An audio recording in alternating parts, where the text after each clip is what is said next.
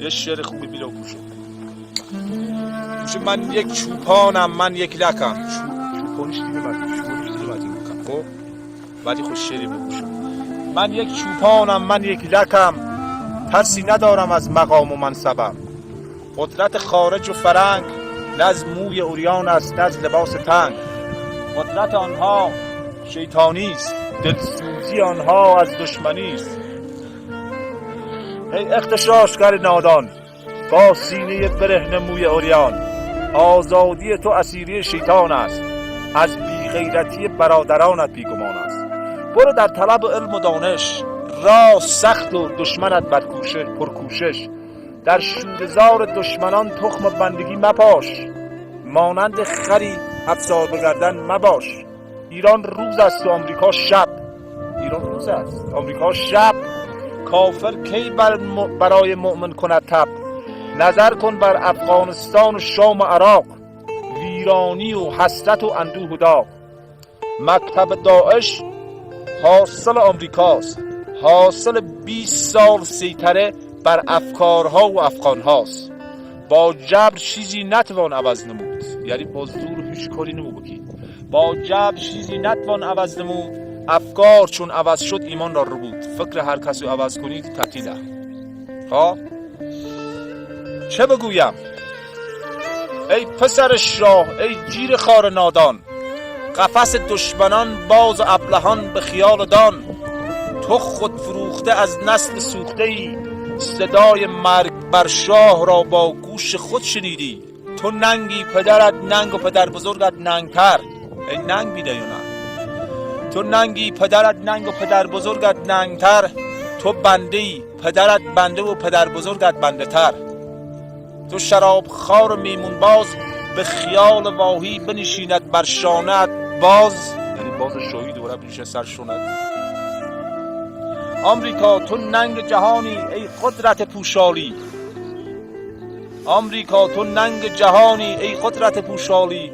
تو در خیال باطل واهی، در فکر حکومت بر کل جهانی.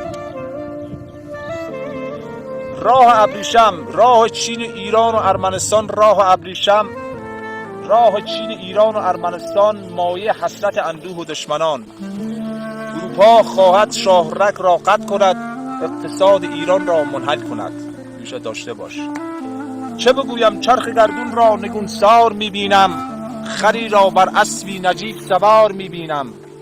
دختران با گیسوان دلی پرکینه و گیسوان پریشان، دختران با دلی پرکینه گیسوان پریشان، بر خر شیطان سوار میبینم.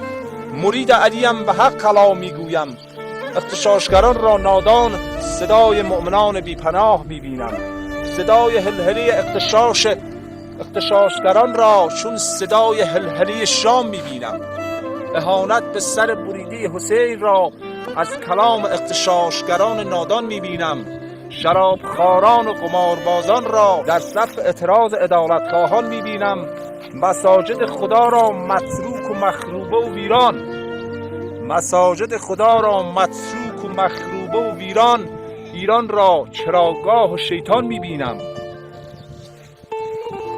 امام زمان را با شمشیر فولادین، در قدس با سردار سلیمانی حاضر میبینم. در گوشی گمنام نشستم، امام زمان را در جمکران تنها میبینم. بوی پیراهن یوسف هر لحظه میآید به مشامم، بوی پیراهن یوسف هر لحظه میآید به مشامم. ولی پیراهن او را در دستی سیدی خراسانی میبینم. آمریکا را ویران، چین را تجزیه. آمریکا را ویران، چین را تجزیه. عراق و شام را در قحطی، دخترانشان را حراج به میدان دام میبینم. تا سال 409 ای برادر، گوش بی ای برادر، تا سال 409 ای برادر، ایران را چون گل و گلستان و بوستان میبینم. یعنی سال 409 ایران بوستان و گلستان هم استادتونی حرفم میشه. گوش بگرن و چی موشن بوشن هرچی بطن بوشن همش بوشن می تو یا علی مدد. یا علی مدد.